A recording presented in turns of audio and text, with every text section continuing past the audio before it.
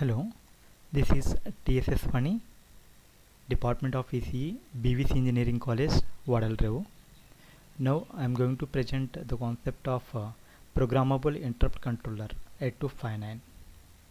Coming to the introduction part, why go for 8259?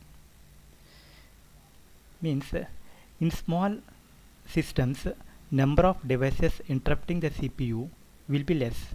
Hence, two interrupt lines, that is NMI and INTR, provided by 8086 may be sufficient. But if the number of interrupting devices are more, then we have a problem. NMI is generally used for emergency situations like power failures, etc. That leaves only INTR line, which can be used for a single interrupting device. To solve the problem of multiple interrupting devices, we use 8259 programmable interrupt controller, that is 8259, simply we can call it as PIC.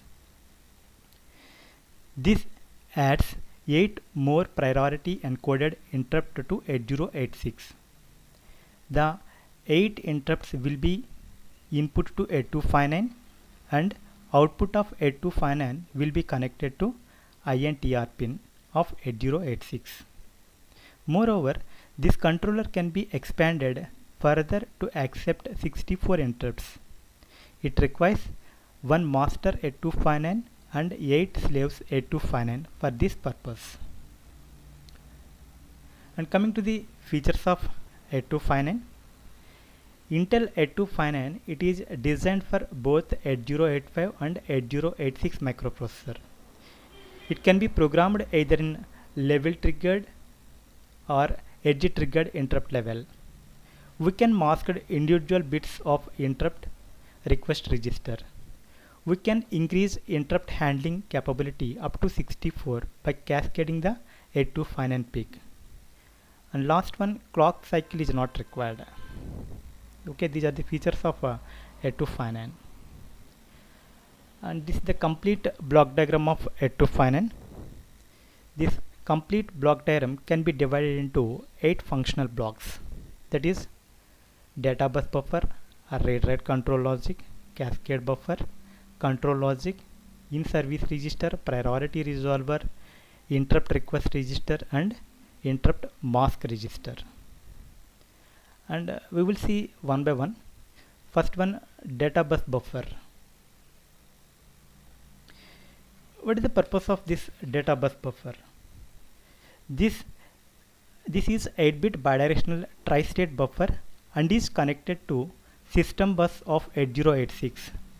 That is D7 to D0 lines are used for writing control words and reading status words of 8259. 8259 sends interrupt type to CPU on these lines. This data bus buffer, simply it is used to interface the internal bus of 8259 to the external system bus to transfer the data to or from the microprocessor. The data may be either vector information, control words, etc. That is about data bus buffer. This data bus buffer, it is a mediator between 8259 and 8086 microprocessor. Coming to the read write control logic. This read write control logic, this block controls the data transfer, that is read or write through buffers when device is selected through CS bar line. CS bar is the output of address decoder. A0 is used to select different command words of 8259. Here the CS bar always should be low, then only the 8259 it will be respond for any read or write operations. Here A0, it is used to select different command words of 8259. And coming to the next block, control logic. This is a control logic. This control logic manages two signals called as INT and INTA bar. INT it is the input to 8086 microprocessor and output of 8259, and INTA bar, it is the input to 8259 and output of 8086 microprocessor. Whenever an interrupt occurs, that interrupt will be serviced to 8086 microprocessor through INT. After receiving this interrupt, the 8086 microprocessor sends an acknowledgement to 8259. That signal we can call it as INTA bar. So 8259 will send the type of number of highest priority interrupt line to 8086 on D0 to D7 lines. After that, 8086 will multiply this type number by 4 and get the corresponding address from interrupt vector table. After that, 8086 pushes flag register onto the stack, clear IF, and a trap flag pushes a return address onto the stack and then executes the ISR at the addresses received by above. Okay, this is the total concept of control logic. And coming to the next block, interrupt request register. Here this block has got 8 interrupts. This block has got 8 interrupts from IR0 to IR7. External devices will send the interrupt request on these lines. These requests will be registered by IRR at any given point. IRR indicates how many interrupt lines are active.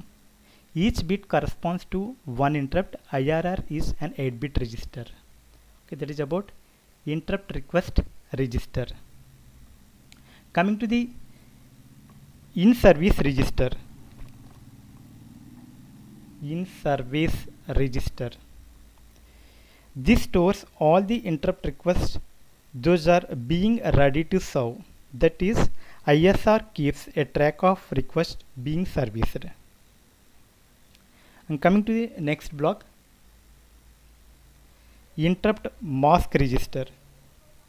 Interrupt mask register. This register stores the bits required to mask the interrupt inputs. Interrupt mask register.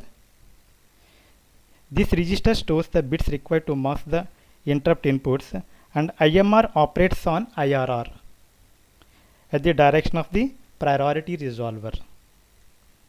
And coming to the next block, priority resolver. This unit determines the priorities of the interrupt request appearing simultaneously. The highest priority is selected and stored into the corresponding bit of ISR during INTA bar pulse. The IR0 has the highest priority, while the IR7 has the lowest one. Normally it is in fixed priority mode. The priorities may be altered by programming the 8259 is in rotating priority mode. That is about priority resolver. Here the priority resolver, suppose the 8259 it is in fixed priority mode, always IR0 is having highest priority and IR7 is the lowest one. Suppose the 8259 is in rotating priority mode, the priority may be altered. That is about priority resolver. Coming to the cascade buffers.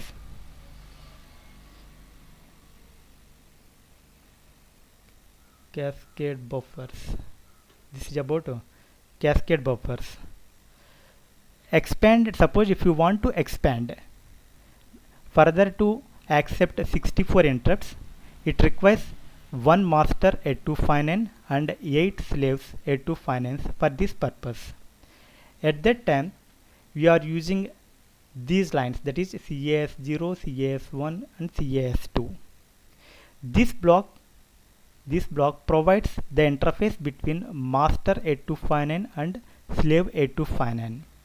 It is used to expand the interrupts beyond 8 CAS0, CAS1, CAS2 lines are used for slave identification.